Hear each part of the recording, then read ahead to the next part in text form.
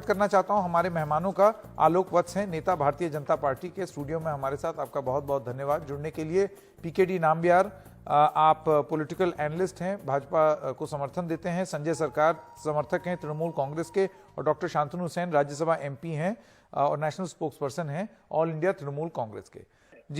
जी PKD नामबियार, आपका शुरुआती वक्तव्य। संकेत जी, मैं इस चीज को ऐसे देखता हूं कि एक मानसिकता है, ये मानसिकता सिर्फ एक राष्ट्रपति का पद से ज्यादा, ये अगर एक देश के राष्ट्रपति सबसे बड़े जो first citizen of the country के ऊपर अगर इस तरह का कोई टिप्पणी कर सकता है, उस तरह का जो मानसिकता का जो लोग अगर हमारे देश के अंदर राज कर रहा है, मैं समझता हूं कि जो बंगाल और बंगाल का जनता का क्या होगा। ये तब है जब एक महिला मुख्यमंत्री के अंडर में काम करने वाला एक मंत्री इस तरह का जो टिप्पणी दे रहे हैं, इसका मतलब तो आम महिलाओं का उधर क्या सेफ्टी और सिक्योरिटी ये होगा। किसी का सुंदरता के ऊपर देके, और सुंदरता का कोई डिक्शनरी में ऐसे लिखा हुआ है कि क्या गोरा होने से, कोई चिट्टा होने से, कोई इस तरह से होने से क्या वो सुंदर होगा। सुंदरता एक इंसान का जो काबिलियत के ऊपर है, सुंदरता एक इंसान का जो सिर्फ दिखने से नहीं बल्कि उनके नॉलेज के ऊपर है, वो समाज के लिए क्या कर रहा है उसके ऊपर है। मुझे लगता है कि राजनीति में इतना ज्यादा नीचे गिराना। जी चलिए, ये आपका एक मिनट का ये सवाल मेरे से है संकेत जी, राइट?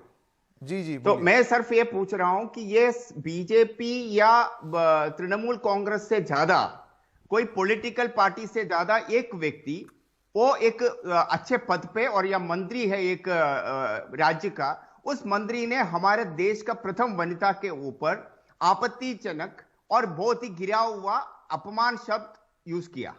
उसके ऊपर अगर आपका एक महिला मुख्यमंत्री उस राज्य का मुख्यमंत्री है और सुप्रीमो है, उनको यह करना चाहिए, सुनते ही बिना कुछ पूछे समझे उनको निकाल देना चाहिए।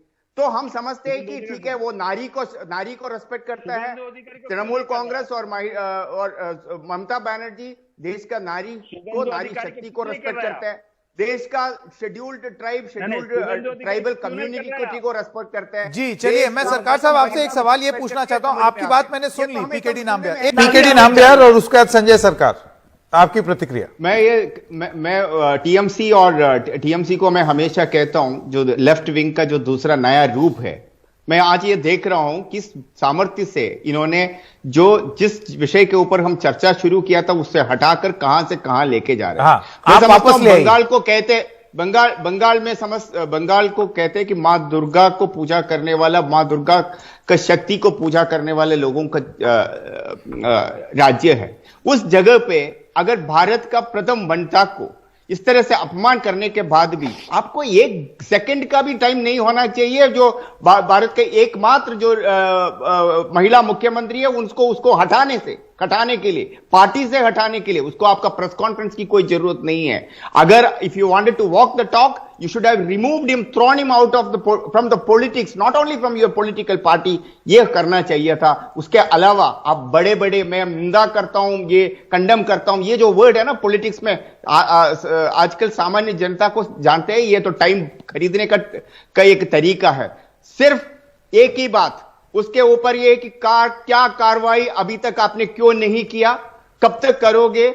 इस बंदे को अगर आप टीएमसी में अभी भी बरकरार रखोगे या टीएमसी से हटा दोगे, ये मंत्री बन के रहने का एक सेकंड के लिए भी ये अयोग्य बंदा है, उनको क्यों नहीं निकाल के जी रिजू जी, से पहले आप जवाब दें। संजय सरकार यहां पर आना चाहते थे। बंगाल, दैट इज संजय जी का जवाब, उसके बाद रिजू दत्ता। ज्ञानबाजी जो देने वाला है ना, जो बीजेपी की तरफ, वो कांग्रेस की तरफ, ये करना बंद करो। संजय सरकार का जवाब, फिर रिजू दत्ता। भारत का देश का प्रथम वनिता के ऊपर अपमानजनक शब्दावली यूज किया है, उसको निकाल कर फेंक देना चाहिए। आपको खत्म हो गया। जिस पार्टी का ऑर्गेनाइजेशन आरएसएस से शुरू होता है, गोलेकर एक बात बोले था 1960 में ऑर्गेनाइजिंग सेक्रेटरी में बोला, आई एम ए प्राउड स्वयंसेवक। पहले ब्राह्मण और हरिजन को जो प्राउड स्वयंसेवक, हरिजन को मैं कहता हूं, मैं proud swayamsevak, proud swayamsevak, proud swayamsevak. मैं बीजेपी वाला नहीं हूं, मैं प्राउड स्वयंसेवक हूं। I am a proud. अच्छा एक सेकंड, बात आगे बढ़ने दीजिए नामबियार जी। हाँ, मैं बीजेपी वाला नहीं हूं, मैं प्राउड स्वयंसेवक। अच्छा ठीक है, बात सुन ले, सरकार साहब आप अपनी बात खत्म करें। आरएसएस के ऊपर बिना मतलब का टिप्पणी करते हुए 10 बार सोचकर बोल देना मिस्टर सरकार। पहले आपका राइट टू रिप्लाई, आप कुछ बोलना चाहते थे।